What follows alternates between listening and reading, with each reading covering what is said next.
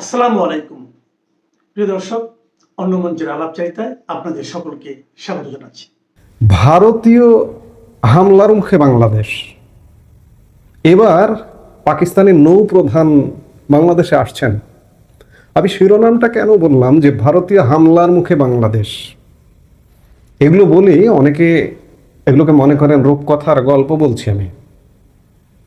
যে কোনো মুহূর্তে আপনারা যা শুরু করেছেন, বাংলাদেশের এই মুহূর্তের সরকার পাকিস্তানকে পেতে দিয়েছেন।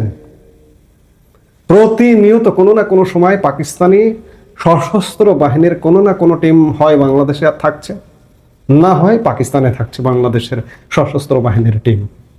কেন থাকছে? শ্বশুর বাড়ি বেড়াতে যায় নাকি শ্বশুর বাড়ি বেড়াতে আসে পাকিস্তান থেকে? খবর আছে একটা হামলা না হলে আসলে এগুলো থামবে না। পাকিস্তান সুযোগ পেয়ে বাংলাদেশকে এই মুহূর্তে শ্বশুর বাড়ি মনে করছে, শ্বশুর বাড়ি মধুর হাড়ি মনে করছে। যখন খুশি যা খুশি যেমন ভাবে ব্যবহার বাংলাদেশের ভূখণ্ড তেমনটাই। আর আমরা আমজনতা, বাংলাদেশের আমজনতা কিছু অনির্বাচিত কিছু দেশদ্রোহীকে রাষ্ট্র ক্ষমতায় দায়িত্ব দিয়ে বসে আছে, আর সেই সুযোগ নিচ্ছে পাকিস্তান। কদিন আগে গত 24 থেকে 28 অক্টোবর পাকিস্তান সেনাবাহিনীর দ্বিতীয় সর্বোচ্চ ব্যক্তিত্ব জেনারেল শামসাদ মির্জা সফর করে গেলেন। তিনি সফর করে যাওয়ার সাথে সাথে গতকাল 3 নভেম্বর বাংলাদেশের একজন মেজর জেনারেলের নেতৃত্বে একটি দল পাকিস্তানে গেছেন এবং পাকিস্তান নৌবাহিনী প্রধান আসছেন আগামী 8 নভেম্বর। এই প্রথমবারের মতো বাংলাদেশে, এগুলো সব প্রথমবার, এই সংবাদগুলো এখনো সংবাদ হচ্ছে, কয়েকদিন পরে হয়তো আর সংবাদও হবে না, কারণ এটি তাদেরই ভূখণ্ড হবে। সেই দিকেই যাচ্ছে বাংলাদেশ। পাকিস্তান ও বাংলাদেশের মধ্যে প্রতিরক্ষা সহযোগিতা দ্রুত গতিতে এগিয়ে চলেছে। এরই ধারাবাহিকতায় 4 দিনের সফরে আগামী 8 নভেম্বর ঢাকায় আসছেন পাকিস্তান নৌবাহিনীর প্রধান অ্যাডমিরাল নাভিদ আশরাফ সস্ত্রীক। এই খবরগুলো দিচ্ছে ভারতীয় গণমাধ্যম নর্থ ইস্ট নিউজ এবং নর্থ ইস্ট নিউজের চন্দন নন্দী। ডক্টর মোহাম্মদ ইউনূসের নেতৃত্বাধীন অন্তর্বর্তীকালীন সরকার ক্ষমতা গ্রহণ করার পর এটি হতে যাচ্ছে কোনো বিদেশি সশস্ত্র বাহিনী প্রধানের প্রথম বাংলাদেশ সফর। আমি খানিক আগে যেটি বলছিলাম, সাম্প্রতিক সময়ে দুই দেশের মধ্যে উচ্চ পর্যায়ের সামরিক কর্মকর্তাদের সফর যেন নিয়মিত ব্যাপার হয়ে দাঁড়িয়েছে। এই পাকিস্তান নৌ প্রধানের এই সফর দুই দেশের সামরিক সম্পর্ককে নতুন উচ্চতায় নিয়ে যাবে বলে বিশ্লেষকরা মনে করছেন, কিন্তু আমরা মনে করছি বাংলাদেশের মারা শেষ। জানা গেছে অ্যাডমিরাল নাভিদ আশরাফকে রাজকীয় সংবর্ধনা দেওয়ার প্রস্তুতি নেওয়া হয়েছে। তার সঙ্গে স্ত্রী ফৌজিয়া নাভিদ এবং পাকিস্তান নৌবাহিনীর 4 জন ঊর্ধ্বতন কর্মকর্তা থাকবেন। নর্থ ইস্ট নিউজ তার সফর সূচিরও বিস্তারিত মোটামুটি তাদের সংবাদে দিয়েছে। কর্মসূচি অনুযায়ী 9 নভেম্বর সকালে নৌবাহিনীর সদর দপ্তরে অ্যাডমিরাল নাভিদ আশরাফকে গার্ড অফ অনার প্রদান করা হবে। এরপর তিনি বাংলাদেশ নৌবাহিনীর প্রধান অ্যাডমিরাল মোহাম্মদ নাজমুল হাসানের সঙ্গে সৌজন্য সাক্ষাৎ করবেন। এই নৌপ্রধান নাজমুল হাসানও এ বছরেরই শুরুর দিকে পাকিস্তান সফর করেছেন। তার সাথে স্বাভাবিকভাবে পাকিস্তান নৌবাহিনী প্রধান এসে সাক্ষাৎ করবেন। একই দিনে তিনি প্রধান উপদেষ্টা ডক্টর মোহাম্মদ ইউনূসের সঙ্গেও বৈঠক করবেন। বৈঠক শেষে তিনি চট্টগ্রামের উদ্দেশ্যে রওনা হবেন। 10 নভেম্বর চট্টগ্রামে তিনি বিএনএস ইশাখা নৌঘাটিতে চট্টগ্রাম নৌ অঞ্চলের কমান্ডার সহ ঊর্ধ্বতন কর্মকর্তাদের সাথে বৈঠক করবেন। ধারণা করা হচ্ছে এই সফরে তিনি কক্সবাজারের পেকুয়ায় অবস্থিত সাবমেরিন ঘাঁটি এবং চট্টগ্রাম বন্দর সহ অন্যান্য নৌ স্থাপনা পরিদর্শন করতে পারেন। সফরের তৃতীয় দিন 11 নভেম্বর তিনি ঢাকায় ফিরে বিমান বাহিনী প্রধান air chief marshal Hasan Mahmud Khan এবং সশস্ত্র বাহিনীর principal staff officer lieutenant general M Kamrul হাসানের সঙ্গে সাক্ষাৎ করবেন। এই কামরুল হাসান সাহেব সম্পর্কে আপনারা জানেন, ইনিও এবছরের জানুয়ারি মাসে তার একটি উচ্চ প্রতিনিধি দল, তার নেতৃত্বে একটি প্রতিনিধি দল পাকিস্তান সফর করে এসছেন। তবে এই সফরে বাংলাদেশ সেনাবাহিনী প্রধান জেনারেল ওয়াকারুজ্জামানের সাথে বৈঠক নির্ধারিত নেই বলে জানা যাচ্ছে, কিন্তু বৈঠকটা হবে না এটাও বিশ্বাস করতে পারছি না এখন পর্যন্ত। সফর শেষে অ্যাডমিরাল নাভিদ আশরাফ ও তার প্রতিনিধি দল আগামী 12 নভেম্বর দুপুরে থাই এয়ারওয়েজের একটি ফ্লাইটে ইসলামাবাদের উদ্দেশ্যে ঢাকা ত্যাগ করবেন। যাই হোক, আমি শুরুতে যেটি বলছিলাম যে ভারতীয় একটা থাবা ছাড়া, ভারতীয় একটা হুঙ্কার ছাড়া ভারতের বিরুদ্ধে বাংলাদেশের ভূখণ্ড ব্যবহার করে পাকিস্তানের কর্মতৎপরতা থামবে না। তবে এটাও ঠিক যে ভারত যতক্ষণ পর্যন্ত উস্কানি বা কোনো আক্রমণ অনুভব না করবে ততক্ষণ পর্যন্ত হামলে পড়বে না, এটিও ঠিক। ভারত সব প্রস্তুতি নিয়ে আছে, আমরা বিভিন্ন সূত্র থেকে, প্রকাশ্য অপ্রকাশ্য সূত্র থেকেও জানছি।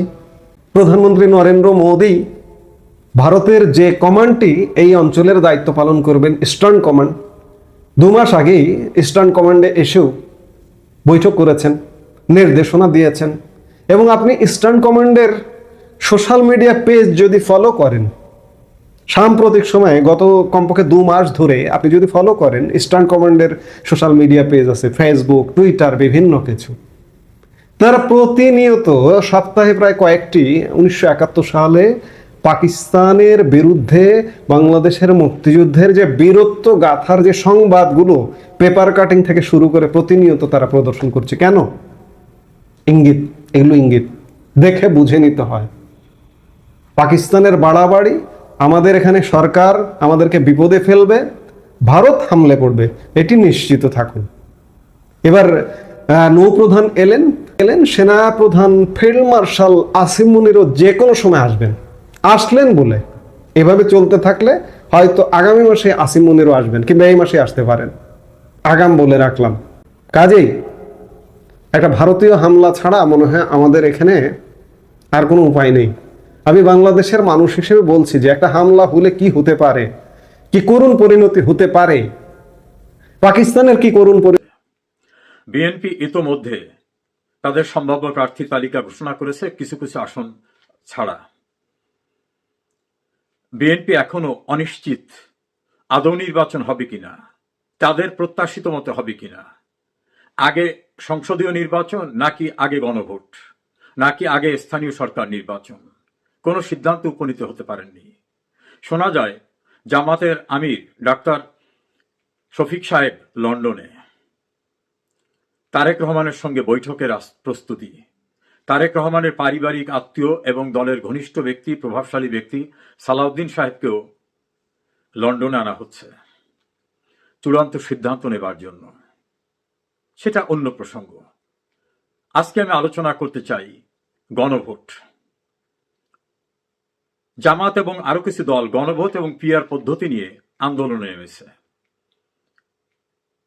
কি হবে? সহজ সরল একটি উত্তর। সংবিধানে যা কিছু নেই তা যদি সংবিধানে যুক্ত করতে হয়, আইনসঙ্গত কর্তৃপক্ষ হচ্ছে জাতীয় সংসদ। জাতীয় সংসদই সিদ্ধান্ত নিতে পারে নতুন কোনো নির্বাচনী ব্যবস্থা যুক্ত করা প্রয়োজন আছে কিনা। তাও জাতীয় সংসদের সকল সদস্য মিলে চেষ্টা করলে হবে না যদি সেটা সংবিধানের সঙ্গে সাংঘর্ষিক হয়। এমনকি সংবিধান সংশোধনও করতে পারবে না যদি সংবিধানের মৌলিক যে স্ট্রাকচার, সেই স্ট্রাকচারের সঙ্গে সাংঘর্ষিক হয়, যেটা সংবিধানের 7(2) অনুচ্ছেদে বলা হয়েছে। 7 বলা হয়েছে প্রজাতন্ত্রের মালিক জনগণ, তাদের অভিপ্রায়ের পরম অভিব্যক্তি হচ্ছে এই সংবিধান, এবং যা কিছু করতে হবে এই সংবিধানের কর্তৃত্বে এবং অধীনে। 7(2) বলা হয়েছে কোনো আইনই প্রণয়ন করা যাবে না, অর্থাৎ কোনো কিছুই করা যাবে না যেটা এই সংবিধানের ফান্ডামেন্টাল স্ট্রাকচারের সঙ্গে সাংঘর্ষিক। তাহলে সংসদ ছাড়া কোনো সিদ্ধান্ত নেওয়ার কি সুযোগ আছে? নাই। অগণতান্ত্রিক উপায়ে ক্ষমতা দখল করে মেজর জেনারেল জিয়াউর রহমান সরকারি চাকুরিজীবী হিসাবে দাবি করলেন, আমি রাষ্ট্রপতি, আমি প্রধান সামরিক আইন প্রশাসক, আমার উপরে আস্থা আছে কি নেই, হ্যাঁ অথবা না বলুন। হ্যাঁ না নামক একটি পর্ব দিয়ে নিজেকে বৈধ করার চেষ্টা করলেন। এই বিষয়টি বৈধতা দেওয়ার জন্য তিনি যখন জাতীয় সংসদের কর্তৃত্ব নিয়ে নিলেন, 1979 সালের 9 এপ্রিল পার্লামেন্টে নিরঙ্কুশ সংখ্যাগরিষ্ঠতার বড়াই দেখিয়ে এটাকে সংবিধান সংশোধন আকারে নিলেন। নাম রাখা হলো সংবিধানের 5ম সংশোধনী। একইভাবে ক্ষমতা দখল করে জেনারেল এরশাদ 7ম সংশোধনীর মধ্য থেকে তাকে বৈধ করার জন্য সংবিধানের আরেকটি সংশোধনী আনলেন, যেটার নাম সংবিধানের 7ম সংশোধনী। এই দুজনই ক্ষমতা দখল করা এবং তার পরবর্তীতে তাদের কৃতকর্ম তাকে বৈধ ঘোষণা করানো, এটাকে হালাল করাবার জন্য এই দুটি সংবিধান সংশোধন করলেন। কিন্তু আমাদের দেশের সুপ্রিম কোর্টের সর্বোচ্চ লেভেল অর্থাৎ অ্যাপিলেট ডিভিশন পর্যন্ত বলা হলো, অবৈধভাবে ক্ষমতা দখল করে